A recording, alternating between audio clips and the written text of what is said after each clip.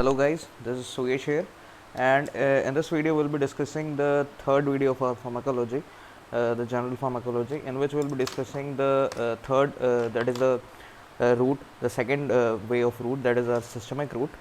Okay, which comes systemic route. Out of two routes we have local and systemic routes, in which we are discussing the second route. In the previous video I have discussed the enteral route, which is also a part of systemic route. Now in this video we are going to see the parenteral route. Okay, so parenteral route meaning, as I have told you in the first video, that parenteral means the absorption of drug will be not in the GIT. Par means beyond.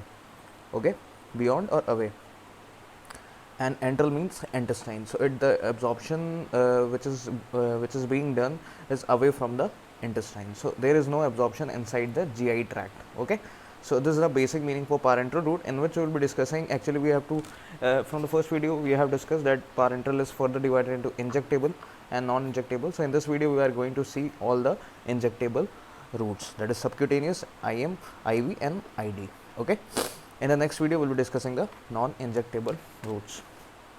So now let's start with the subcutaneous route.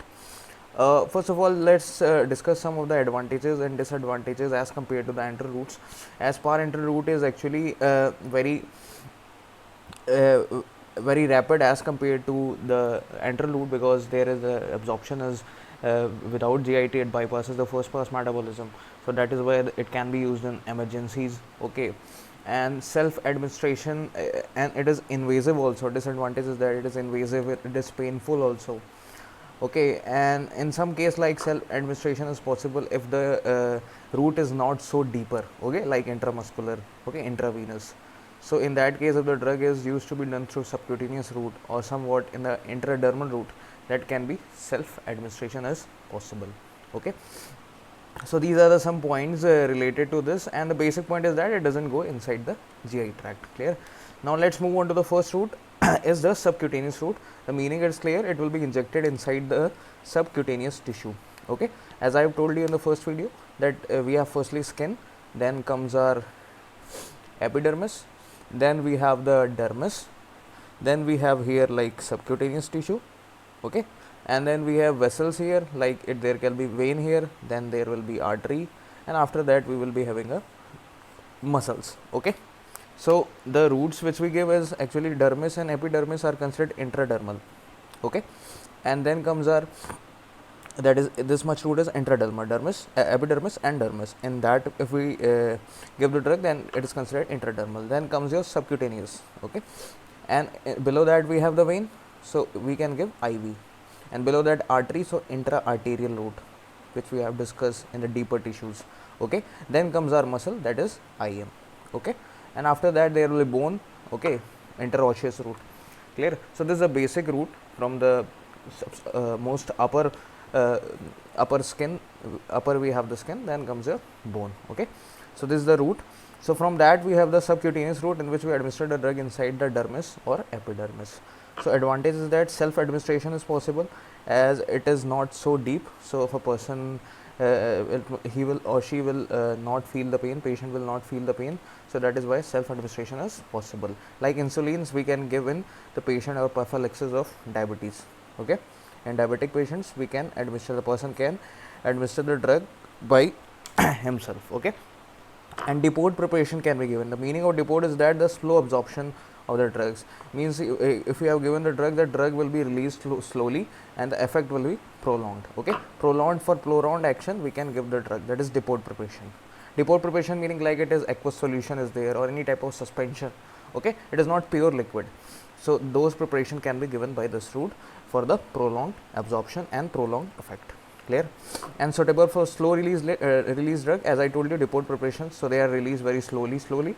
Okay, so that is why the effect is prolonged also, and the drug is suitable for the slow release. So those drugs which are suitable for slow release, example is like Norplant, it is a contraceptive, is also example which is given by subcutaneous route.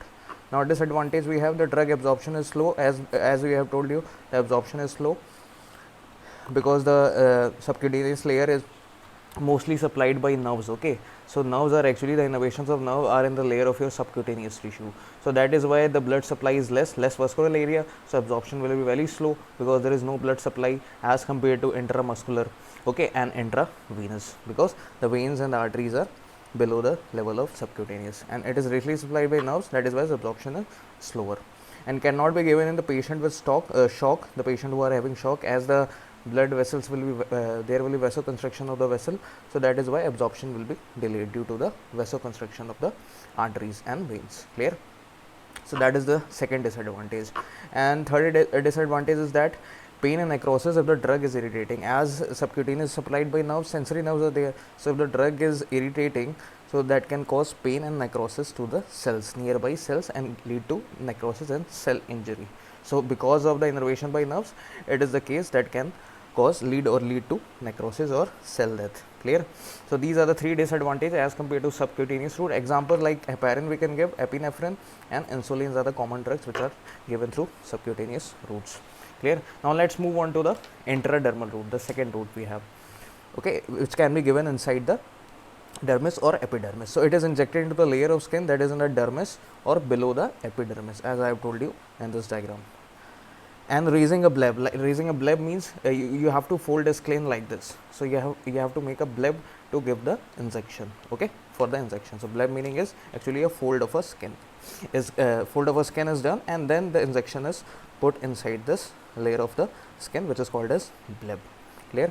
And it is somewhat painful also, not so painful but somewhat painful, okay. And small amount of drug can be given, not in the large doses of drug, because skin is very small, so the amount of drug is very less, not large amount or large dose of drugs can be given through this route. So this is one of the disadvantage for intradermal route.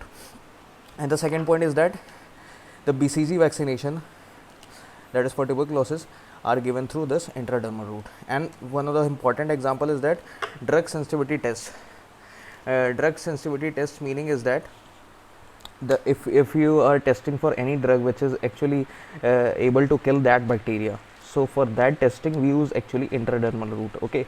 Like if for tuberculosis, if the antibiotic or anything we are testing that it is effective or not, sensitive or not to that bacteria, then we test those drug sensitivity tests through this intradermal route. So that is one of the example for intradermal route. Clear? So this was the two routes. Now let's move on to the intravenous route. So this is one of the most common also route as compared to, as its absorption is fast. So drug is given in bulk. So the drug can be given in two ways. Bulk means in bolus, that is in large amount you can give the drug through IV route, okay. And second is that the given drug can be infused slowly. Infused is slowly meaning is that you have seen the patients who are on drip, actually like saline drip or glucose drip. So in that drip we can administer the drug, okay. And by that drip gives the like a drop, so drug will be also going very slowly, like the glucose is going inside the body. So the drug will be mixed inside that saline solution, and by that the drug will be infused slowly inside the vein. So that is the two ways, like you can give in the large doses directly into the superficial veins, or you can administer in the saline solution, that is the glucose drip, and from that the drug will be released slowly, infused slowly. That is the main point, okay. And drug is administered in the superficial veins, okay. So now let's move on to the advantages of IV route. So as the absorption is not required, so it directly reaches the bloodstream, so we don't have to go through the GI, any GI pH or GI destruction is done. So that is why absorption is not required, so it directly reaches the bloodstream. And highly irritant drug can be given, as it not passing through GI mucosa, so that is why it will be not irritating the mucous membrane, it will be directly going inside the blood, and there after going it will dilute in the blood. So the drug will be not irritant because it will be diluted by the blood, so the drug will not cause any type of, that is any type of irritant or any type of rectal, that is any type of cell layer damage in that area, like it is done in the GI mucosa if it is going through the GI route, okay. And the most important point is that bioavailability is 100%, that is if you are giving the drug directly and it is bypassing the first pass metabolism, that is liver, there is no clearance through liver or metabolize or detoxification of the drug, it is directly going in the systemic circulation. So that is the meaning of bioavailability, and it is effective in emergencies, okay. Like if the patient is emergency, you can directly administer the blood, effect can be seen within 15 to 30 seconds, So it is the fastest acting route is IV route. So it is very effective in the cases of emergencies.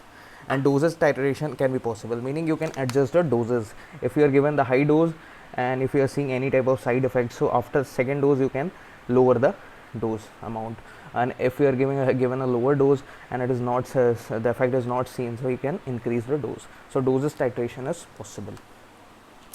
And one of the another advantage is large volume of fluid can be given. That is, large amount of fluid can be given through IV route in the case of patients with dehydration. So you can give the fluid through the IV route in large amount, okay, the patient who is suffering from dehydration. And disadvantage is that we can't give any type of depot preparation. So depot preparation meaning is that any type of drug which is slowly released can't be given, as it is directly going inside the bloodstream. So we can't give the drug which are released slowly. So that is the aqueous solutions or any type of suspensions, because they can cause air embolism. So this is one of the precautions or contraindications seen in the IV routes, okay.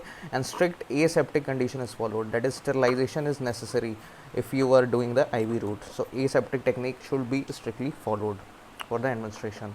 And the another point is self administration is not possible as it is in the deeper route. That is, you have to administer deeply, so a person can't administer by himself. It is really painful, okay. And extravasation of some drugs can cause, that is the release of drugs outside the bloodstream, that is outside the blood vessels like adrenaline, and can cause cell injury or necrosis, okay. And precautions, that is injected slowly and make sure the tip of needle is inside the vein, okay.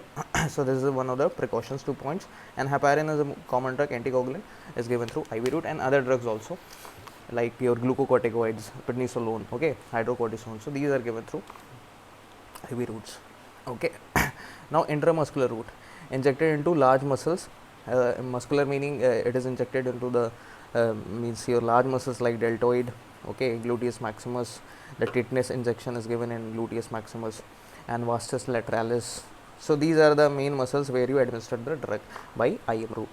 Advantage is that mild irritant drugs can be given, as the muscles is not supplied by so much sensory nerves, okay. So mild irritant, not highly irritant. Highly irritant route was IV route, okay, clear.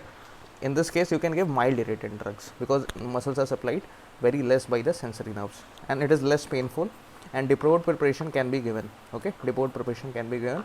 And drug volume is moderate, not so small also you can give, not so large you can also give. So you can give a medium amount of drug volume, okay, drug dose, clear.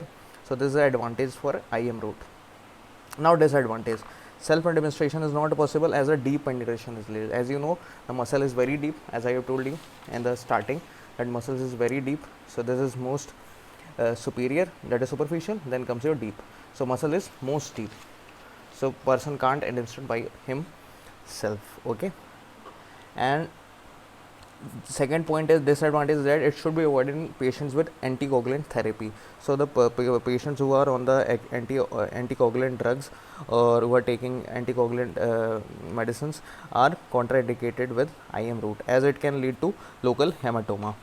So there can be accumulation of blood inside the muscles, and which can lead to local hematoma. And the drug which we give through IM route are haloperidol. It is an antipsychotic drug which is given in schizophrenia, okay.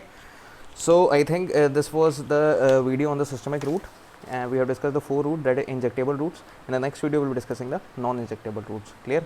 So thank you, and if you like the video, do share and subscribe the channel.